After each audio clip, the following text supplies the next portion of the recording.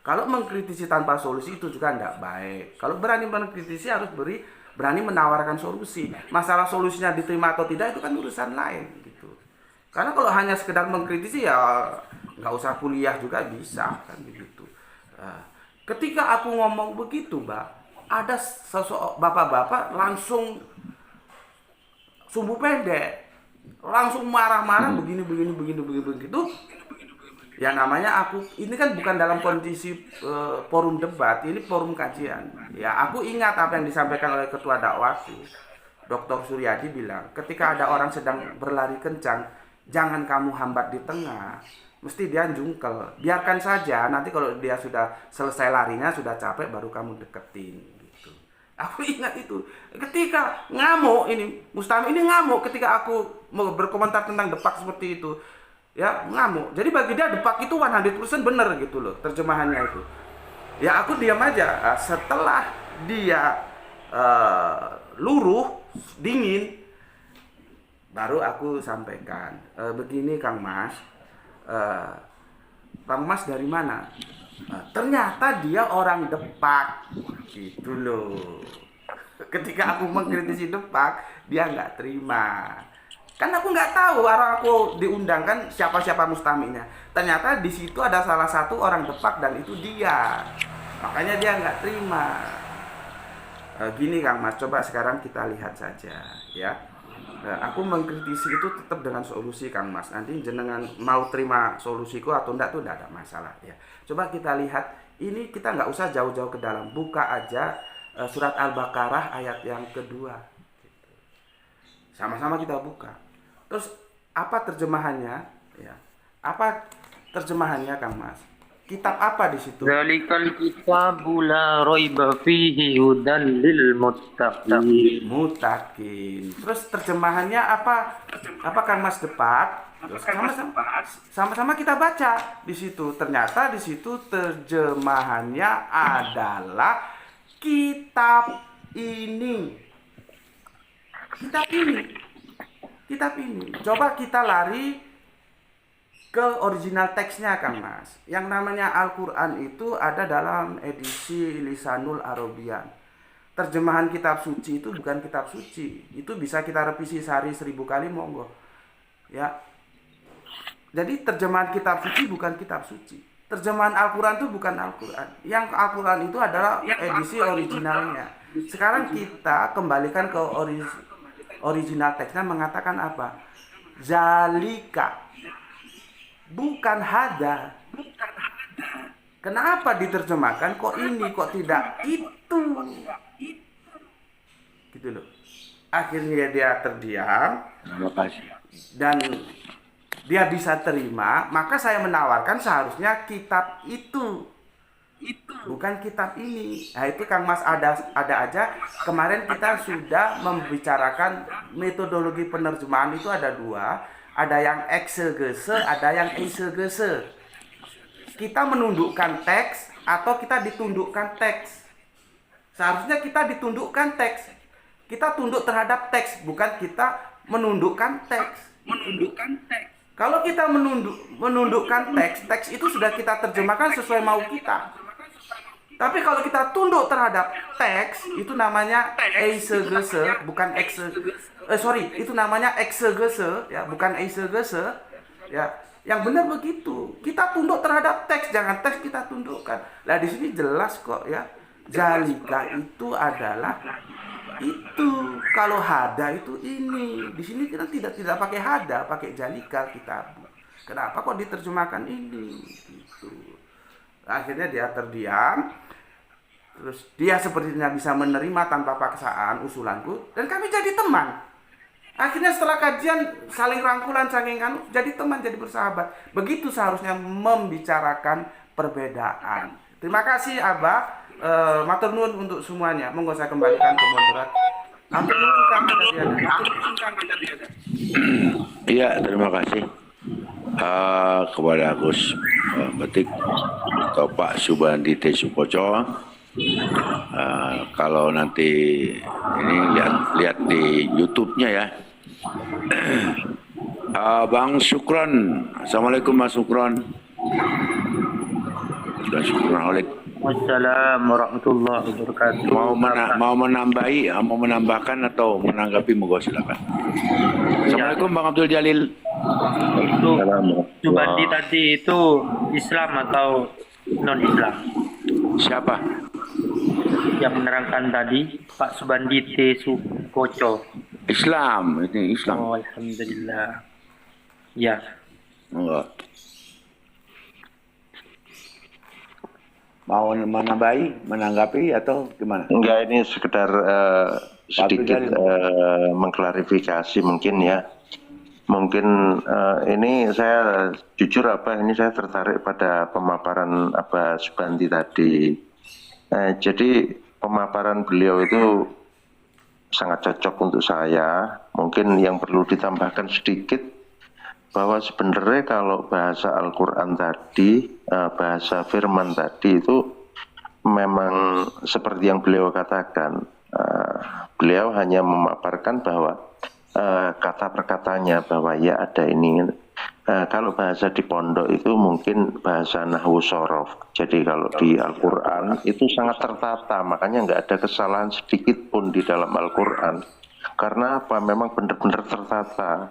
Nah, kalau bahasa harian atau yaumian itu memang ada. Jadi di Arab Saudi, di toko buku Arab Saudi itu juga ada Al-Quran yang diterjemahkan dengan bahasa Arab gitu loh. Jadi secara lughat, secara tulisan itu ada Arab diartikan dengan Arab. Kenapa? Karena kalau bahasa yaumian itu bahasanya vulgar, lulu, gua-gua. Tapi kalau bahasa Indonesia itu ada SPUK, subjek, predikat, objek, keterangan, seperti itu. Makanya kalau bahasa Al-Quran itu benar-benar baku, bahasa yang tertata dengan baik.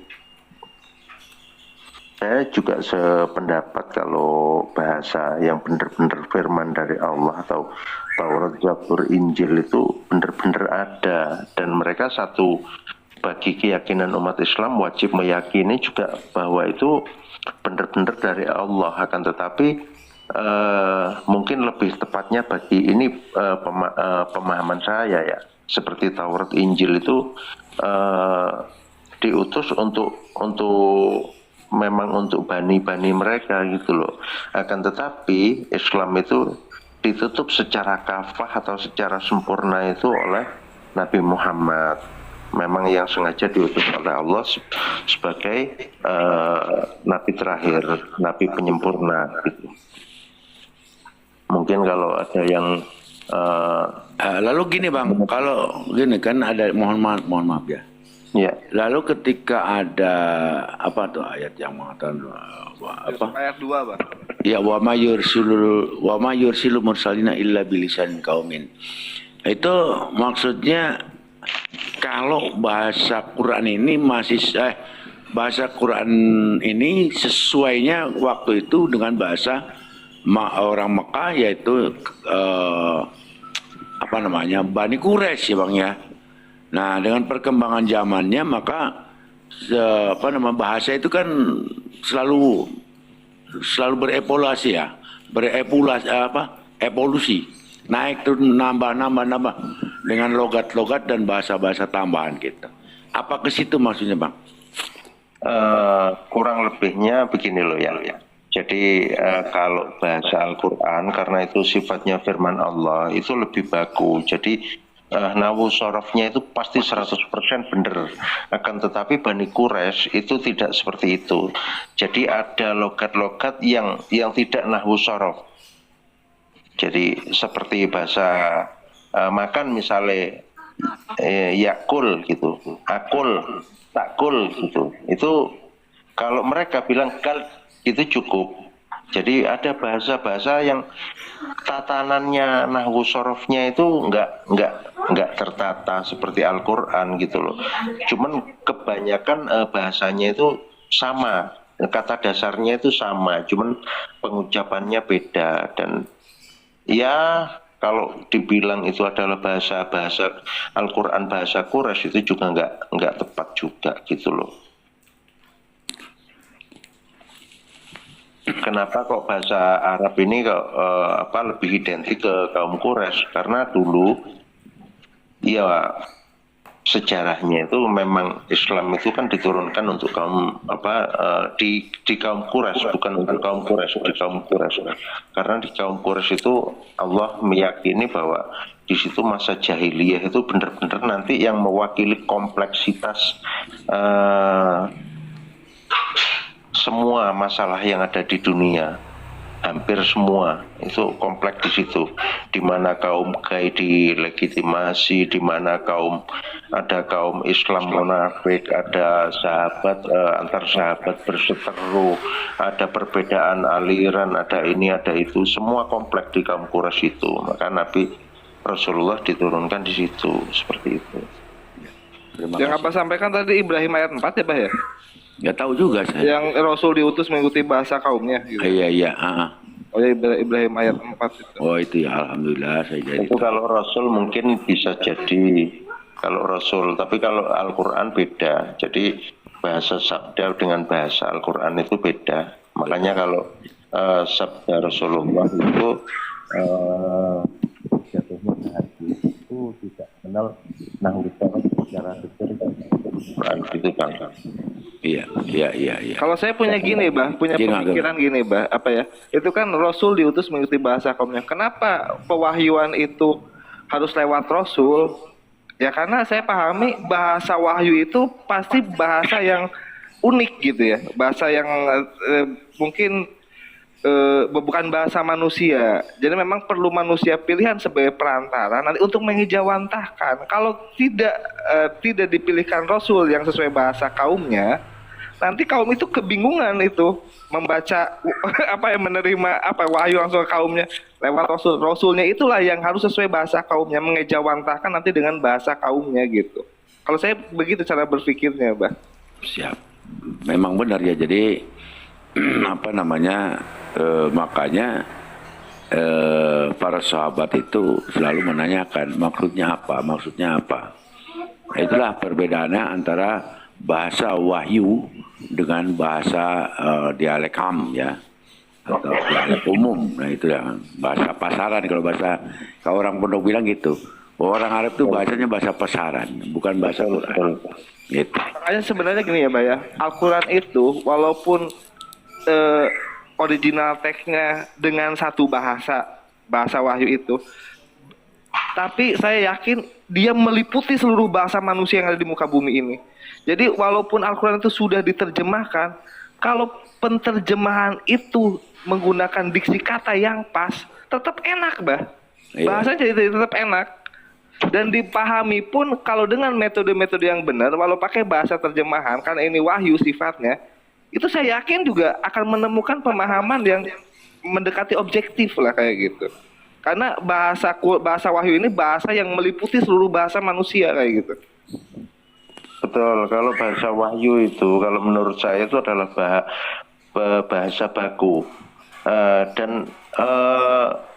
Coba kita telisik lagi ya. Nggak ada bahasa yang lebih kompleks atau lebih lengkap atau lebih sempurna dari bahasa wahyu tadi. Gitu loh. Jadi kadang-kadang bahasa kita nih sebagai orang Indonesia, kadang-kadang bahasa Indonesia itu kurang lengkap dalam mengartikan untuk mengartikan bahasa wahyu tadi. Iya. Bahasa Arab juga sama, Bang. Bahasa Arab juga justru lengkapnya oleh Al-Quran. Datangnya Al-Quran jadi lengkap tuh bahasa Arab. Bukan gini, oke, tak jelaskan lagi ya. Jadi kalau bahasa Arab, di mana bahasa Arab itu, yaitu ada bahasa Ami, bahasa Ammah atau bahasa umum, ada bahasa Yaumian, ada lagi bahasa Al-Quran, ada lagi bahasa sabda gitu loh. Lah kalau sabda ini lebih ke ammah atau bahasa ke kaum Quraisy tadi gitu loh. Tapi kalau bahasa bener Al-Quran itu pakai bahasa Arab, penulisannya pakai bahasa Arab, oke saya setuju. Akan tetapi lebih kompleks lagi gitu loh. Maksudnya nahwu sorofnya atau itu semua ada unsurnya gitu loh. Jadi yang tak omong secara spesifik itu adalah bahasa wahyu tadi, bahasa firman Allah itu, bahwa itu bahasa Indonesia atau bahasa negara-negara lain atau suku-suku apapun itu nggak akan bisa sempurna atau detail seperti Al-Quran gitu loh. Jadi kita ketika contoh ini apa ya, dalam mengartikan satu kata, satu pemahaman itu kita butuh kadang-kadang dua kalimat atau dua kata dari satu tulisan atau satu kalimat bahasa firman, bukan bahasa Arab loh ya. Kalau bahasa Arab mungkin lebih sederhana lagi, hampir seperti kita gitu kompleksnya. Siapa bidadari yang dirindukan? Kalau mau tanya silakan, yang penting kondisi. Assalamualaikum Bang Adam Vindi. Bang Adam Vindi, Assalamualaikum. Waalaikumsalam warahmatullahi. Sebentar Bang. Ya, monggo. Ya, yang dirindukan silakan multi saja kalau yang ikut mau naik. Di sini ada pembahasan tentang edukasi ke dalam ya. Jadi kalau Anda seandainya bukan orang Islam, silakan bertanya aja. Gitu. Karena namanya bidadari, saya nggak tahu. Maka Gus Betik dilanjutkan atau Bang Syukron Khalid boleh? Iya, izin untuk menyampaikan surat Al-Baqarah tadi sangat menarik jika dibahas ini Abah ya. Karena di dalam surat Al-Baqarah mulai ayat 1 sampai ayat 20 itu terdapat 3 penjelasan. Yang pertama, Allah menjelaskan tentang orang mukmin.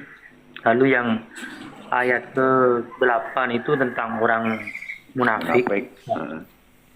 Yang ayat ke-6 itu orang kafir. Yang ke-8 adalah orang munafik. Dan ayat ke-21 tentang keesaan dan kekuasaan Allah Subhanahu wa Ta'ala. Mungkin saya membacakan dan barangkali ada para asatid, para mubali yang lebih fasih tentang tafsir Jalalain ya, usarofnya. Saya cuma mau sebagian singkat saja membacakan dan mengartikan sebagai arti yang umum di yang diberikan.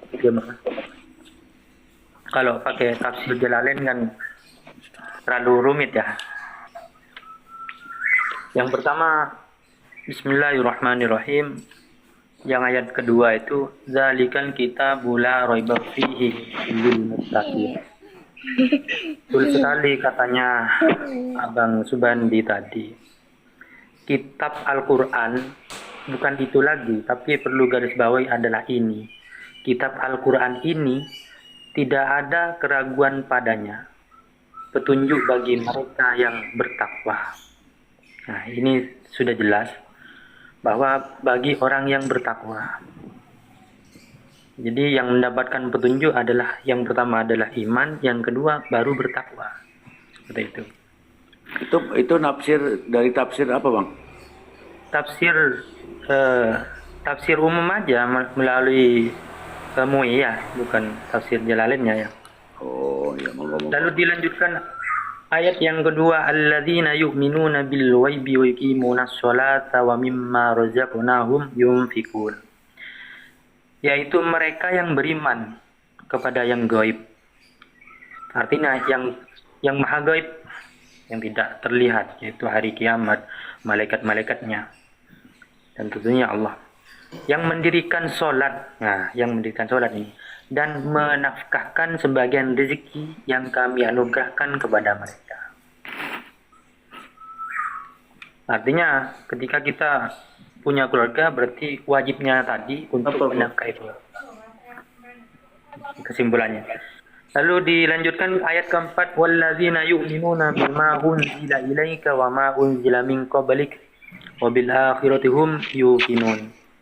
Dan mereka yang beriman kepada kitab, yaitu Al-Quran, yang telah diturunkan kepadamu, dan kitab-kitab yang telah diturunkan sebelummu. Sebelummu tadi mungkin Taurat, Injil, Zabur itu ya. Serta mereka yakin akan adanya kehidupan akhirat. Nah, ini yang paling kita senangi firman Allah, yaitu ayat yang kelima. Ulaika ala hudam mir rabbihim wa ulaika humul muflihun. Nah, ini kita dicap orang yang beruntung sama Allah.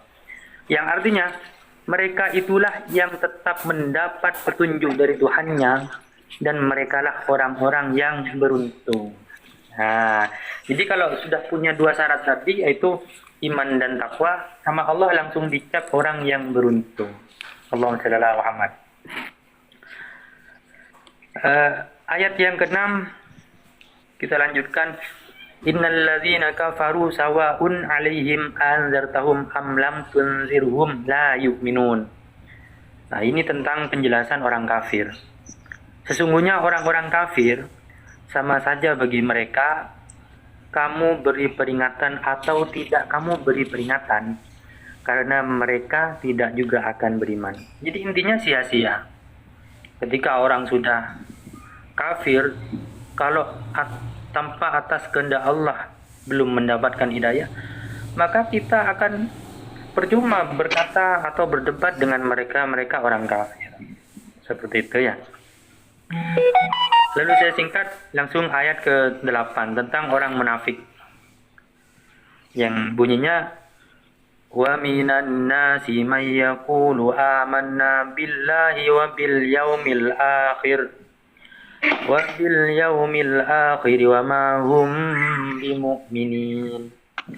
Di antara mereka, di antara manusia ada yang mengatakan kami beriman kepada Allah dan hari kemudian, padahal mereka itu sesungguhnya bukan orang-orang yang beriman. Jadi lisannya saja mereka mengatakan beriman, tapi di hatinya hakikatnya tidak ada iman. Itulah penjelasannya. Untuk menyingkat waktu langsung ke bab yang ayat ke-21 tentang keesaan Allah dan kekuasaan Tuhan kita Allah. Ayat 21 Al-Baqarah. Ya ayyuhan nasu ubudu rabbakumul ladzi khalaqakum walladzina min qablikum la'allakum tattaqun. Masyaallah. Hai manusia, sembahlah Tuhanmu yang telah menciptakanmu dan orang-orang yang sebelummu agar kamu bertakwa. Jadi di Al-Baqarah ini komplit sekali tentang penjelasan antara golongan manusia yang sudah diciptakan oleh Allah. Mudah-mudahan ini menambahkan iman kepada kita, menambahkan cinta kita kepada Al-Quran. Bukan hanya saja bisa belajar mengetahui maknanya, seperti itu. Jika ada yang kurang, mohon dimaafkan. Wallahu minkum. Wassalamualaikum warahmatullahi wabarakatuh. Ya, terima kasih Bang Syukron Khalid. Jadi nanti kalau itu terjemahan boleh nggak apa-apa ya. Tapi kita sedang yang kita bahas ini, kita kembali kepada pembahasan. Apa jadinya? Bolehkah kita berpendapat? Nah, berpendapat maksud di situ tanpa menukil atau tanpa rajih, mengambil yang rajih ya. Maksudnya yang mengambil pendapat Imam Rafi, yang Imam Nawawi dan lain sebagainya.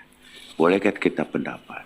Nah, berpendapat. Tadi ada paham bahwa boleh ketika memang kita sudah tahu tentang pokok-pokok diantaranya, yaitu tentang tadi menerangkan tentang kalimat dalika. Bagaimana dalika itu disebut ini kan gitu. Nah itu harus ada pembahasan tersendiri karena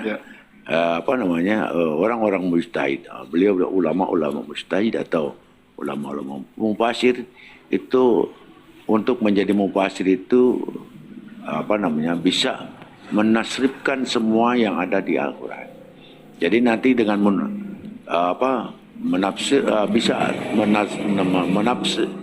menasrifkan itu kalimat, kita akan tahu ini kemana dan kemana. gitu kan. Itu yang paling utama. Contoh tadi yang udah dibaca nih. Bisa abang ini membaca terjemah emang begitu, tapi tafsirnya nggak begitu loh. Gitu kan. Itu boleh emang begitu ya kan. Nah, karena tafsirnya ketika bahwa kita membacakan apa namanya hudal lil muttaqin, itu ulama mufassir itu contoh di kalau di Ali Ibris ya kan ada juga, tapi kita sedang yang ada di apa namanya kita di Jalalain aja ya. Ketika lil muttaqin adalah lisyairina ila taqwa, gitu kan. Yang maksud lil muttaqin, huda lil muttaqin itu petunjuk ketika orang itu ingin menjadi orang yang takwa. Itu petunjuk utamanya adalah Al-Quran, karena di dalamnya tidak ada keraguan.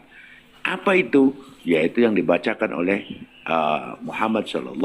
Maka dzalika ayakra'u Muhammadun, kan gitu. La raiba fi. Sakin gitu. Tidak ada keraguan. Nah, maka ayat seterusnya menerangkan siapa orang takwa itu. Nah kan gitu. Ini luar konteks, nanti kita bahas lain. Ya, kembali kepada pembahasan. Bolehkah kita berpendapat? Oh iya, biar kembali kepada pembahasan, saya ingin bertanya gini. Tadi kan sempat ada apa ya, penyampaian-penyampaian yang terkesan, saya masih sebut yang terkesan ya, seolah-olah ketika menukil tidak menukil, yang menukil itu jauh lebih aman, seolah-olah akan lepas tanggung jawab. Benarkah seperti itu? Ketika tidak menukil harus dipertanggungjawabkan, ketika menukil tidak perlu dipertanggungjawabkan. Silakan. Gitu. Iya, gini, orang yang menukil itu enak sebetulnya. Karena menukil itu yang bertanggung jawab, yang tadi kita sebagai mukallid, orang yang mengikuti ya. Tapi yang bertanggung jawab tentu yang diikuti kan gitu. Nah, contohnya saya mengambil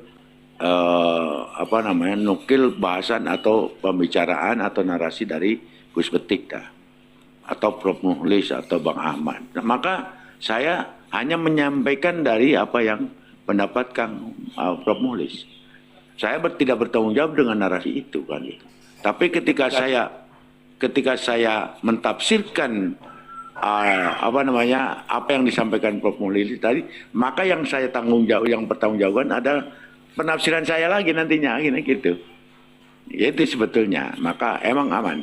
Tetapi ketika mengambil ijtihad sendiri, ya, tentu dengan rangkaian-rangkaiannya, maka semua yang kita narasikan karena ijtihad kita sendiri, maka tentu kita harus bertanggung jawabkan di hadapan Allah Subhanahu wa taala kan gitu. Lanjutkan. Sama siapa tuh? Waalaikumsalam, host. Waalaikumsalam. Waalaikumsalam. Iya, assalamualaikum teman-teman semua, rekan-rekan muslim semua. Waalaikumsalam warahmatullahi wabarakatuh. Mau menanggapi atau mau menambahi, Kang Ibnu? Saya ingin ini sih, host, sebenarnya cuma sebentar doang, izin ya host ya, mohon maaf ya host. Ya. Mau ngobrol sama Gus Sukoco, host, sebentar host. Lagi monitor nggak ya Gus? Monitor. Alhamdulillah, saudaraku yang semoga dimuliakan Gusti Allah Agung. Monggo silakan kita bisa ngobrol. Alhamdulillah. Gus, rahasianya supaya tetap tenang saat berdiskusi itu gimana sih Gus? Kok kayaknya Gus ini ketika sedang bernarasi di depan saudara-saudara atau teman-teman kita yang non muslim gitu, kayaknya tenang banget tuh. Rahasianya apa sih Gus? Gini Kang Mas, kemarin itu aku jadi ini seperti bola sodok, jenengan mengagumi aku dalam tanda kutip, justru aku mengagumi sosok yang itu jauh lebih muda dari aku. Mungkin bisa jadi dia anakku karena dari sudut warna vokalnya masih muda sekali, seorang soleha.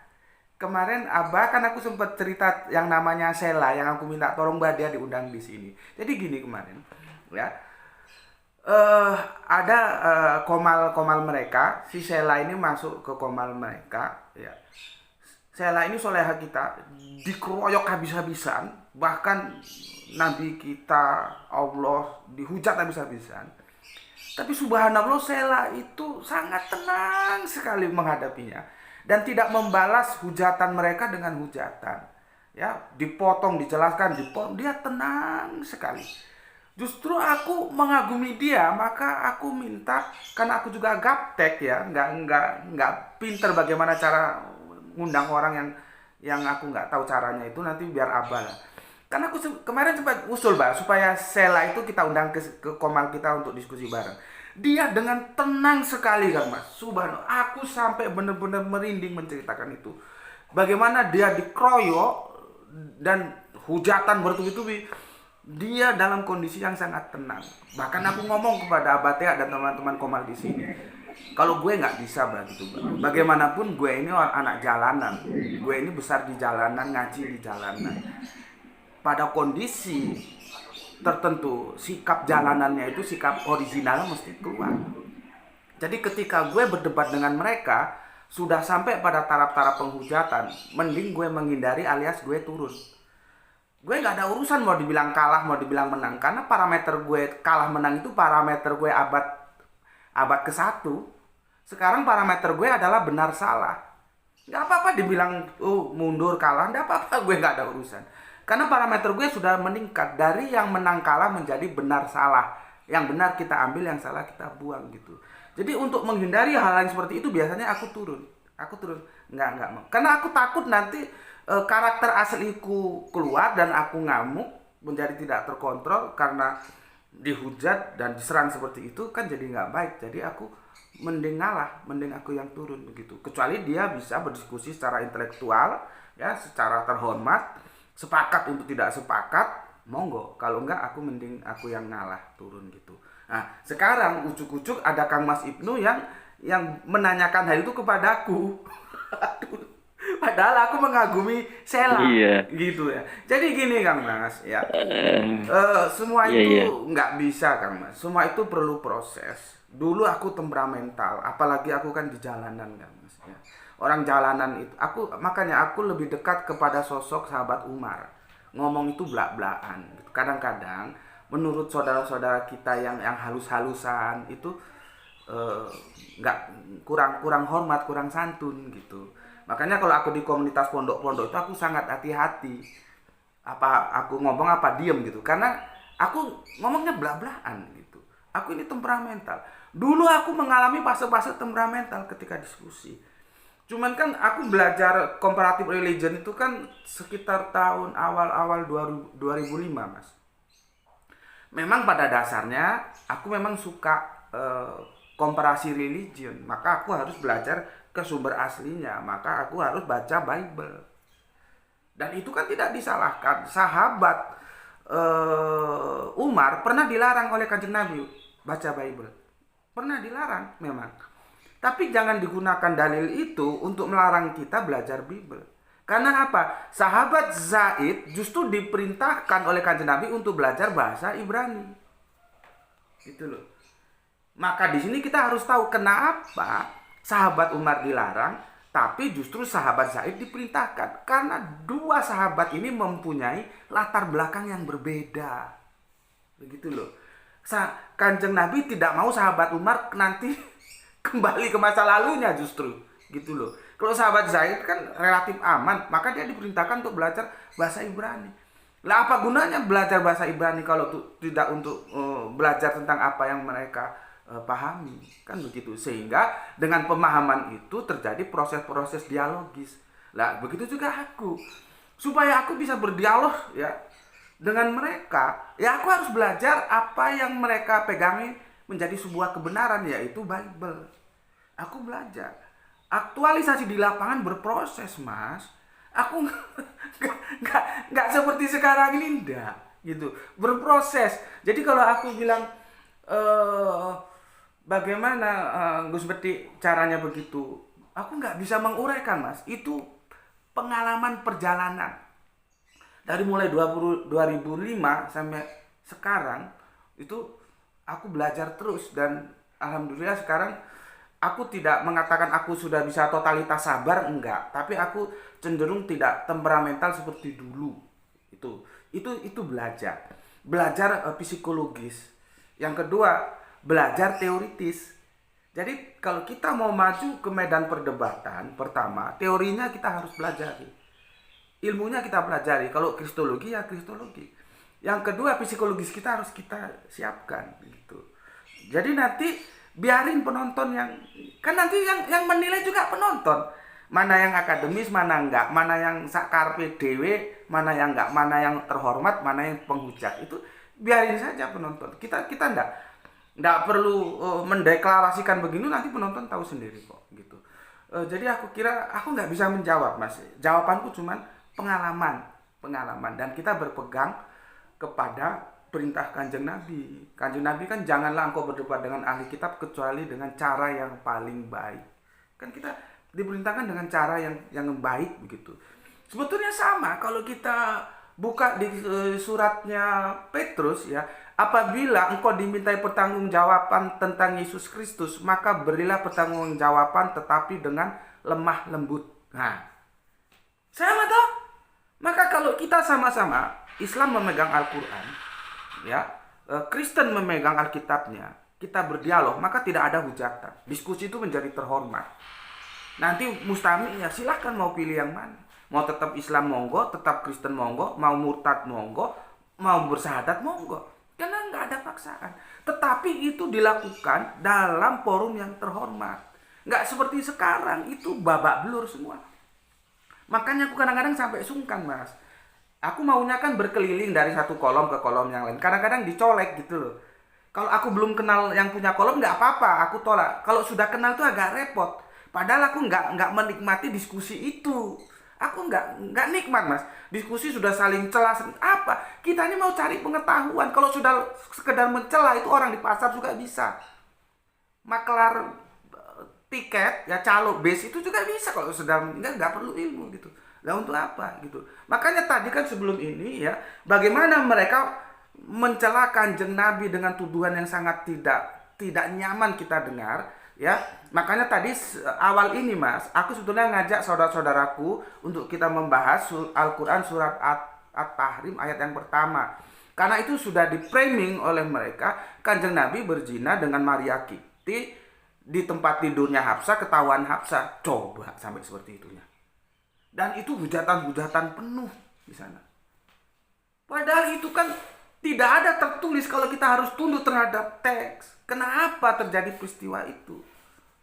Itu loh, ya. Nah, kita memang perlu melatih dan melatih. Mungkin itu kan, Mas. Di samping kita menguasai teorinya. Karena kalau kita maju ke dalam dunia perdebatan, kita tidak menguasai teorinya, itu juga kita tidak percaya diri. Jadinya minder atau gamang gitu, Mas. Jadi secara teoritis dan psikologis harus disiapkan. Nah, setelah itu baru kita maju. Aku kira itu, Mas.